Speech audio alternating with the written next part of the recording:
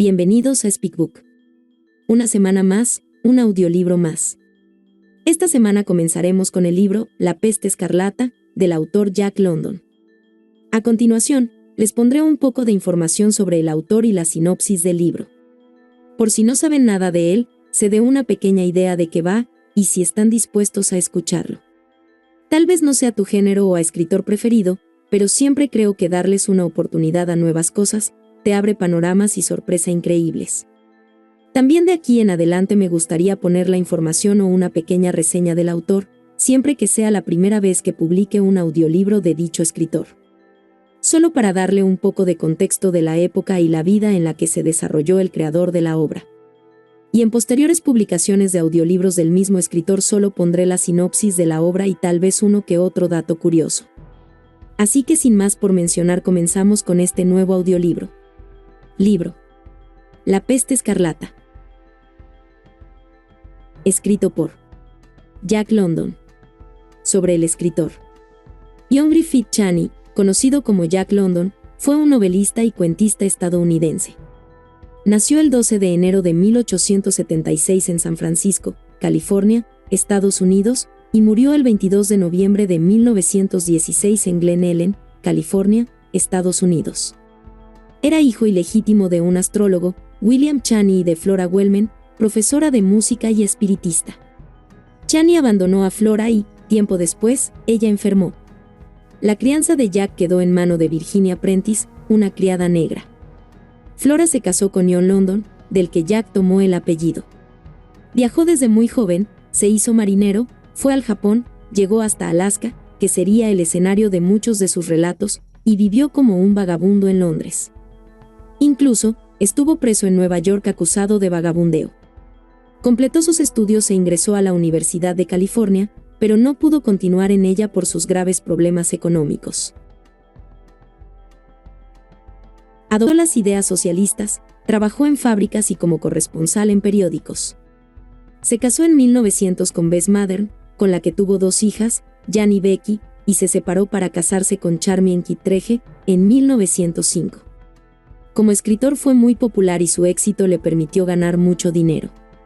Sin embargo, recibió continuas acusaciones de plagio que él mismo reconoció. Consideraba que no tenía nada de malo inspirarse en libros ajenos. Su estilo tiene un lenguaje claro, directo con el que escribió obras fundamentales de la literatura. Puso en el centro al hombre y su lucha por la existencia. Debido a una profunda depresión por sufrir distintas enfermedades que le provocaban intenso dolor, se hizo adicto a la morfina y, con un exceso, se suicidó a los 40 años. Sinopsis. Se aceleraba el ritmo cardíaco y aumentaba la temperatura corporal. Después aparecía la erupción escarlata, que se extendía como un reguero de pólvora por la cara y por el cuerpo. En 2003 estalla en las principales ciudades de la Tierra una peste fulminante que se propaga con rapidez hasta el último rincón habitado. No hay para ella antídotos conocidos. En cuestión de días, el vano éxodo de los pobladores vacía las ciudades, devastadas por el pillaje, los incendios y la violencia. Con el paso del tiempo, unos pocos supervivientes van formando pequeñas comunidades mientras a su alrededor una vegetación asilvestrada, sin control, ahoga las zonas antes cultivadas, y los animales domésticos, con garras y dientes, tratan de asegurarse un lugar en el nuevo orden zoológico.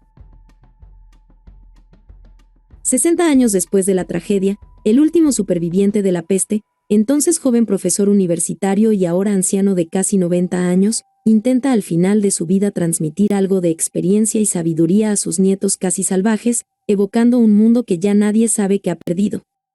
La peste escarlata fue escrita en 1910 pero no fue serializada hasta la edición de mayo-junio de 1912 de la revista Magazine London. Fue publicada como libro en 1915 por Macmillan.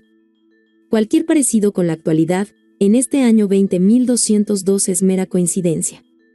Aunque sí un poco escalofriante. Comenzamos con la narración. Inicio.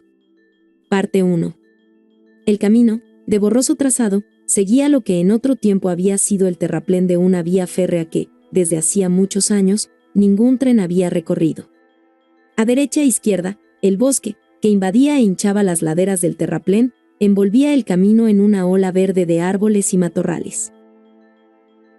El camino no era otro caso que un simple sendero, con anchura apenas suficiente para que dos hombres avancen de lado.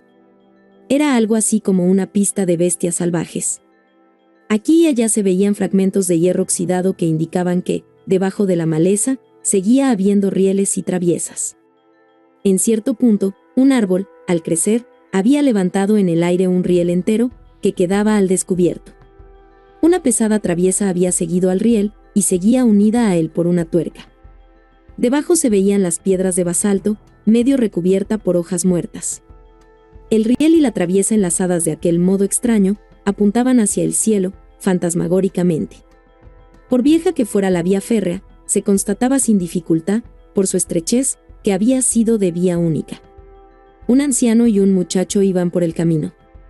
Avanzaban con lentitud, ya el viejo estaba doblado por el peso de los años. Un comienzo de parálisis hacía que sus miembros y sus ademanes temblequearan, y caminaba apoyado en un bastón. Un gorro de piel de cabra le protegía la cabeza del sol. Por debajo de ese gorro pendía una franja de ralos cabellos blancos, sucios y desgreñados.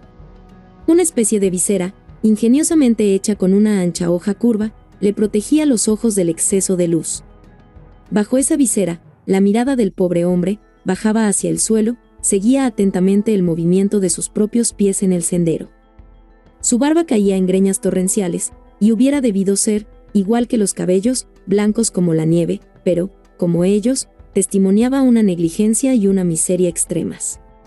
Un mísero vestido de piel de cabra, de una sola pieza, colgaba desde el pecho y la espalda del viejo, cuyos brazos y piernas, lastimosamente descarnados, y cuya piel marchita testimoniaban una edad avanzada.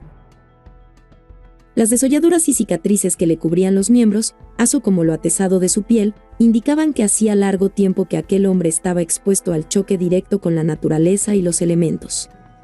El muchacho andaba delante suyo, ajustando el ardoroso vigor de sus miembros a los pasos lentos del viejo que lo seguía.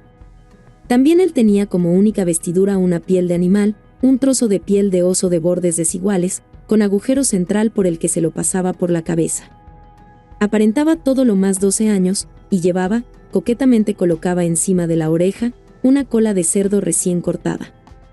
Llevaba en la mano un arco de tamaño medio y una flecha, y en su espalda colgaba un carcaj lleno de flechas. De una funda que le pendía del cuello, sujeta por una correa, salía el mango nudoso de un cuchillo de caza.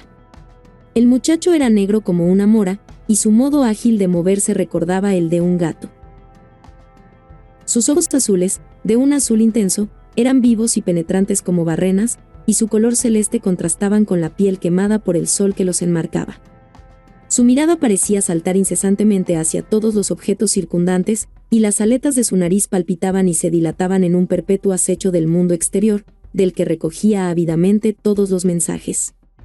Su oído parecía igualmente fino, y estaba tan adiestrado que operaba automáticamente, sin ningún esfuerzo auditivo especial.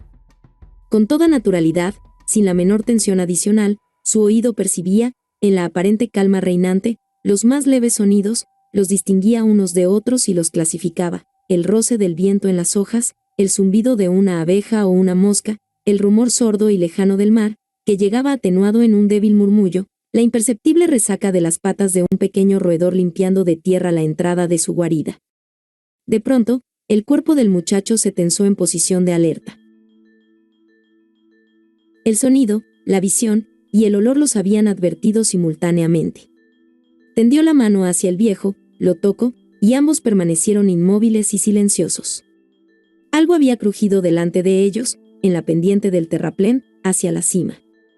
Y la veloz mirada del muchacho se clavó en los matorrales cuya parte superior se movía. Entonces, un gran oso pardo se les mostró, saliendo ruidosamente, y también él se detuvo instantáneamente, al ver a los dos humanos. Al oso no le gustaban los hombres. Gruñó rabiosamente. Lentamente, dispuesto a afrontar lo que viniera. El muchacho colocó la flecha en el arco y tensó la cuerda, sin dejar de mirar a la bestia. El viejo, que debajo de la hoja que le servía de visera, espiaba el peligro, se quedó tan quieto como su acompañante. Durante unos momentos, el oso y los dos humanos se miraron. Luego, en vista de que la bestia, con sus gruñidos, manifestaba una creciente irritación, el muchacho hizo un signo al viejo, con un leve movimiento de la cabeza, de que era conveniente dejar el sendero libre y bajar la pendiente del terraplén. Eso hicieron, el viejo primero y luego el muchacho, que le seguía andando hacia atrás, con el arco tenso y dispuesto a tirar.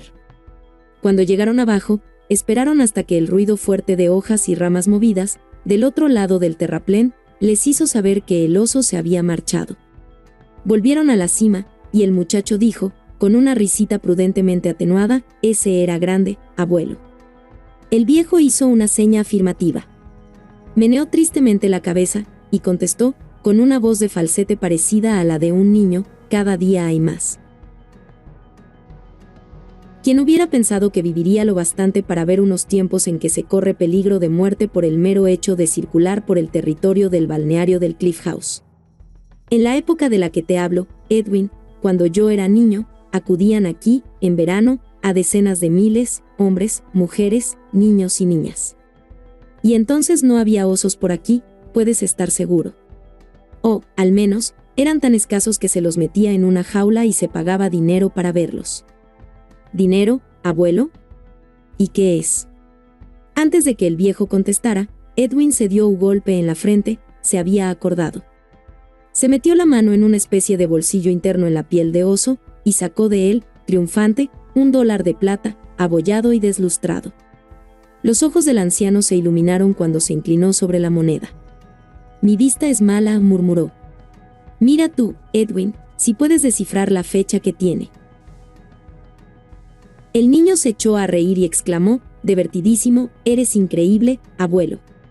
Sigues tratando de hacerme creer que esos pequeños signos que hay ahí quieren decir algo». El viejo gimió profundamente, y acercó el pequeño disco a 2 o 3 pulgadas de sus ojos. «2012», exclamó, finalmente. Luego se lanzó a un parloteo chistoso. «12012. Fue el año en que Morgan V fue elegido presidente de los Estados Unidos por la Asamblea de Magnates. Debe ser una de las últimas monedas que se acuñaron, porque la muerte escarlata llegó en el año 2013. Señor. Cuando pienso en ello, hace 60 años. Y hoy soy el único sobreviviente de aquel tiempo. ¿Dónde has encontrado esta moneda, Edwin?» Edwin, que había escuchado al abuelo con la benévola condescendencia que se merecen los desvaríos de los débiles mentales, respondió enseguida: «Me la dio U. La encontró cuando guardaba su rebaño de cabras, cerca de San José, la primavera pasada. U dice que es plata». «Pero, ¿no tienes hambre, abuelo? ¿Por qué no seguimos andando?» El pobre hombre, después de devolverle el $1 a Edwin, asió su bastón con más fuerza y se apresuró hacia el sendero, brillándole de gula los ojos. «Esperemos», musitó, «que Cara de Liebre haya encontrado algún cangrejo, quizás 2 cangrejos. Es bueno comer lo que tiene dentro los cangrejos. Muy bueno de comer cuando uno tiene nietos como vosotros, que quieren a su abuelo y se sienten obligados a conseguirle cangrejos. Cuando yo era niño». Pero Edwin había visto algo, se había detenido, y, llevándose un dedo a los labios, hizo al anciano signo de callarse. Colocó una flecha en la cuerda del arco y avanzó, a amparo de una vieja tubería de agua medio reventada que, al estallar, había desplazado un riel. Bajo la parra silvestre y las plantas trepadoras que la cubrían se veía la gruesa tubería oxidada. El muchacho avanzó de aquel modo, llegó junto a un conejo que estaba sentado junto a un matorral y que le miró, titubeante y tembloroso. La distancia era todavía al menos de 50 pies. Pero la flecha voló certeramente al blanco, veloz como un rayo, y el conejo, alcanzado, emitió un chillido de dolor. Luego se arrastró chillando hacia el matorral, tratando de ocultarse. El muchacho, como la flecha, era un rayo de piel tostada y de flotante piel de animal. Mientras corría hacia el conejo, su musculatura se tensaba y destensaba como un conjunto de resortes de acero que operaban, poderosos y flexibles, en el interior de sus miembros secos. Asió al animal herido, lo remató golpeándole la cabeza contra un tronco de árbol que quedaba a su alcance, y luego volvió junto al viejo y le entregó la presa para que la llevara. «Es bueno, el conejo, muy bueno», musitó el vejestorio. «Pero como golosina deliciosa al paladar, prefiero al cangrejo. Cuando era niño». Edwin, impaciente ante la fútil locuacidad del viejo, le interrumpió. ¿A qué vienen?, dijo, cortándole la palabra. Tantas frases a propósito de cualquier cosa, frases que no tienen ningún sentido. Se expresó con menos cortesía, pero ese fue más o menos el sentido de lo que dijo. Tenía un modo de hablar gutural e imperativo, y la lengua que hablaba estaba claramente emparentada con la del viejo, que era, a su vez, una derivación bastante corrompida del inglés. Edwin prosiguió: me pone nervioso oír constantemente cosas que no entiendo. ¿Por qué, abuelo, por ejemplo, lamas a un cangrejo, golosina? Un cangrejo es un cangrejo y se acabó. ¿Qué quiere decir eso de golosina? El viejo suspiró sin contestar, y ambos prosiguieron su camino en silencio. El ruido de romper de las olas fue en aumento, y, cuando ambos emergieron del bosque, se mostró repentinamente el mar, más allá de las grandes dunas de arena. Entre aquellas dunas, unas cuantas cabras mordisqueaban una hierba escasa. Estaban al cuidado de otro muchacho, vestido con pieles de animal, y de un perro, que no era ya sino una débil reminiscencia del perro y se parecía mucho más al lobo. En primer plano se elevaba el uno de una hoguera vigilada por un tercer muchacho, de aspecto no menos tosco que los dos anteriores. A su alrededor estaban tendidos varios perros lobo, semejantes al que guardaba las cabras. A un centenar de yardas de la orilla del mar había un amontonamiento de peñascos despedazados, y el rugir de las olas que los azotaban se mezclaba con una especie de ladrido ronco. Era el mugir de enormes leones marinos que se arrastraban entre las rocas, unos para tenderse al sol, otros para combatir entre ellos. El viejo se dirigió hacia el fuego, acelerando el paso y husmeando el aire con avidez. «Mejillones», exclamó, extasiado, con su vocecilla temblorosa, al llegar junto al fuego. «Mejillones. ¿No es cierto, ¿No será un cangrejo? Dios mío. Muchachos, qué buenos sois con vuestro abuelo». Que aparentaba la misma edad que Edwin, respondió, con una mueca que pretendía ser una sonrisa. «Come, abuelo, come todo lo que quieras. ¿Mejillones o cangrejos? Hay 4. El paralítico entusiasmo del viejo era un espectáculo penoso. Se sentó en la arena lo más deprisa que se lo permitieron sus miembros agarrotados, y sacó de entre los tizones un mejillón de roca de gran tamaño. El calor había hecho que se abrieran las valvas, y se veía la carne del mejillón, color salmón y cocida en su punto. Con prisa febril, el viejo asió el suculento bocado entre el pulgar y el índice y se lo llevó rápidamente a la boca. Pero el mejillón quemaba y, al cabo de un instante, lo escupía profiriendo aullidos de dolor, mientras le rodaba una lágrima por las mejillas. Los jóvenes eran auténticos salvajes, y salvaje era su cruel regocijo. Rompieron a reír ante el ardiente chasco del viejo, que consideraron sumamente divertido. Se puso a hacer inacabables cabriolas y Edwin se retorcía de risa en el suelo. El pequeño guardián de las cabras acudió, atraído por el ruido, y no tardó en sumarse a la hilaridad.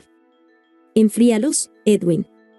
Enfríalos», suplicó el viejo sufriente, sin siquiera enjugarse las lágrimas que seguían brotando de sus ojos. «Enfría también un cangrejo, Edwin. Ya sabes cuánto le gustan los cangrejos a tu abuelo». Un chisporroteo salió del fuego, que hacía que todas las valvas de los mejillones estallaran en un vapor húmedo. Los moluscos eran en su mayor parte de buen tamaño, medían entre 3 y 6 pulgadas de ancho. Los muchachos los sacaron del fuego valiéndose de palitos, y los alinearon en una vieja cepa arrojada a la playa por el mar para que se enfriaran. El viejo gemía: «En mis tiempos, nadie se burlaba de ese modo de los viejos. Se les respetaba. Se les respetaba». Los muchachos no prestaron la menor atención a las quejas y recriminaciones del vejestorio. Pero el viejo fue ahora más prudente, y no se quemó la boca. Todos se habían puesto a comer, haciendo mucho ruido con la lengua y chasqueando los labios. El tercer niño, que se llamaba Cara de Liebre y que tenía ganas de reír un poco más, colocó disimuladamente un poco de arena en uno de los mejillones, que ofreció luego al viejo. Cuando éste se lo metió en la boca, la arena le dañó las encías y las mucosas bucales e hizo una mueca horrible. Recomenzó entonces la risa, tumultuosamente. El viejo no se daba cuenta de que había sido objeto de una broma pesada. Balbuceaba lastimosamente y escupía con todas sus fuerzas. Finalmente, Edwin se apiadó y le tendió una calabaza con agua fresca, con la que el viejo se enjuagó la boca. «A ver, ¿Dónde están los cangrejos?, preguntó Edwin. Hoy el abuelo tiene hambre. Al oír hablar de cangrejos, los ojos del viejo brillaron de gula, y le tendió uno, que era de muy buen tamaño. El caparazón y las patas estaban enteros, pero vacíos. Con las manos temblorosas y emitiendo grititos de impaciencia, el viejo quebró una de las patas, pero no encontró sino vacío. «Un cangrejo, gimió. «Dame un cangrejo de verdad, nos hemos burlado de ti, abuelo», contestó «No hay cangrejos. No he encontrado ninguno». La decepción se pintó en la cara arrugada del vejestorio, que volvió a echarse a llorar a mares mientras los muchachos se reían inconteniblemente. Disimuladamente, reemplazó el caparazón vacío, que el viejo había dejado en el suelo delante suyo, por un cangrejo lleno, cuyas patas y caparazón estaban ya quebradas y cuya carne blanca emitía un aroma delicioso. El olfato del viejo sintió un divino cosquilleo, y bajó la mirada, sorprendidísimo. Su lúgubre humor se trocó acto seguido en alegría. Husmeó y luego, con un ronroneo beatífico, se puso a comer. Y, mientras masticaba con las encías, mascullaba una palabra que no tenía ningún sentido para sus oyentes: mayonesa. Mayonesa. Hizo chasquear la lengua, y prosiguió: mayonesa. Eso sí que sería una buena cosa, y pensar que hace más de 60 que ha desaparecido. Han crecido 2 generaciones sin conocer su maravilloso perfume. En otros tiempos, en todos los restaurantes la servía con los cangrejos. Una vez saciado, el viejo suspiró, se secó las manos frotándoselas en sus muslos desnudos, y su mirada se perdió en el mar. Luego, sintiendo el bienestar de un estómago lleno, se puso a rebuscar en su memoria. «¿Sabéis, hijos míos, sabéis que yo he visto estas orillas hirviendo de vida? Aquí se apretujaban cada domingo hombres, mujeres y niños. En vez de osos a la espera de devorarlos, había la arriba, en la cima del acantilado, un magnífico restaurante donde uno encontraba todo lo que quería comer». Vivían entonces en San Francisco 4 millones de personas. Y ahora en todo el territorio, no quedan ni 40. También el mar estaba repleto de barcos que entraban y salían sin parar por la Puerta de Oro. Y en el aire había innumerables dirigibles y aviones que podían superar las 200 millas por hora. Sí, esa era la velocidad mínima que exigían los contratos de la compañía aérea que hacía el servicio postal entre Nueva York y San Francisco. Hubo un hombre, un francés, que ofreció la velocidad de 300 millas. Esto pareció excesivo y demasiado arriesgado a los ojos de la gente retrógrada. Pero el francés insistía, y tenía bases sólidas para hacerlo, y hubiera logrado lo que prometía de no haber sido por la gran peste. Cuando yo era niño, había todavía gente que recordaba haber visto los primeros aeroplanos. Yo vi los últimos. Han pasado 60 años. Los niños escucharon su monólogo con aire distraído. No comprendían casi nada de lo que decía, y escuchaban hartos de su machaconería, tanto más cuanto que, en sus ensueños en voz alta, empleaba un inglés más puro, que no tenía sino una lejana relación con la tosca jerga que ellos empleaban y que el viejo empleaba al hablar con ellos. En cambio, los cangrejos, en aquel tiempo, prosiguió, eran más escasos, porque los pesaban en todas partes, y era un manjar muy apreciado. Se autorizaba su pesa durante un solo mes al año. Hoy pueden capturarse todos los días del año. Esto, en aquel tiempo, hubiera sido prodigio. En aquel momento se produjo una viva agitación entre las cabras que comían hierbas entre las dunas, y los 3 muchachos se pusieron de pie. Los perros que estaban acurrucados junto al fuego corrieron a unirse a su compañero, que había permanecido junto a las cabras y que gruñía furiosamente. El rebaño entero derivó hacia sus protectores humanos. Media docena de formas grises y flacas se deslizaban furtivamente por la arena, y tenían en jaque a los perros, a los que se les erizaba el pelo del lomo. Edwin lanzó contra las formas una flecha que erró el blanco. Pero Cara de Liebre, armado con una honda semejante a la que debió emplear David en su lucha contra Goliat, hizo volar una piedra, que cruzó silbando el aire. La piedra cayó de lleno entre los lobos, que desaparecieron hacia las negras profundidades del bosque de eucaliptos. Su huida hizo reír a los muchachos. Regresaron, satisfechos, a tenderse en la arena junto al vejestorio, que gemía desaladamente. Había comido demasiado y la digestión se le hacía pesada. Y, apretándose el vientre con ambas manos, entrelazando los dedos, prosiguió sus lamentaciones. El trabajo humano es efímero y se desvanece como la espuma del mar. Sí, eso es. El hombre, en este planeta, domesticó a los animales útiles y destruyó a los nocivos. Roturó la tierra y la liberó de la vegetación salvaje. Luego, cierto día, desaparece, y la marea de la vida primitiva vuelve a subir, barriendo la obra humana. La mala hierba y el bosque invade los campos, los animales de presa vuelven a atacar a los rebaños, y ahora hay lobos en la playa de Cliff House. Esta idea pareció asustarlo. Se detuvo.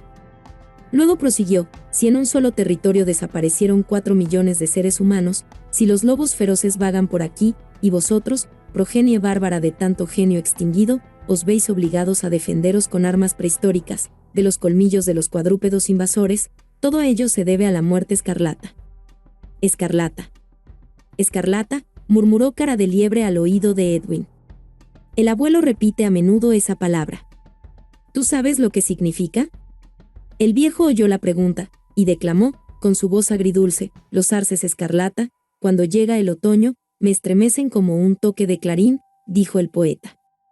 Edwin explicó a Cara de Liebre: el escarlata es el rojo. Tú no lo sabes porque te has educado en la tribu del chofer. Ninguno de sus miembros ha sabido jamás nada. El escarlata es el rojo. Yo sí lo sé. Cara de Liebre protestó: si el escarlata es el rojo, ¿por qué no decir rojo? ¿Qué sentido tiene complicar todo con palabras que la gente no entiende? El rojo es el rojo, y se acabó. Rojo no es la palabra adecuada, replicó el viejo. La peste no era roja, era escarlata. El cuerpo y la cara del que se veía atacado por ella se ponían escarlata en el plazo de 1 hora. Lo sé porque lo vi. Hay que decir escarlata. Pero Cara de Liebre no estaba convencido. Se obstinó: a mí me basta con decir rojo. Papá no utiliza otra palabra. Dice que todo el mundo murió de muerte roja. El viejo se irritó. Tu padre. Como bien dice Edwin, es un hombre del vulgo, él es hijo de un hombre del vulgo. Nunca ha tenido educación. Tu abuelo era un chofer, un criado. Tu abuela era de buena cepa, eso es verdad. Era una dama. Pero ni sus hijos ni sus nietos se le han parecido.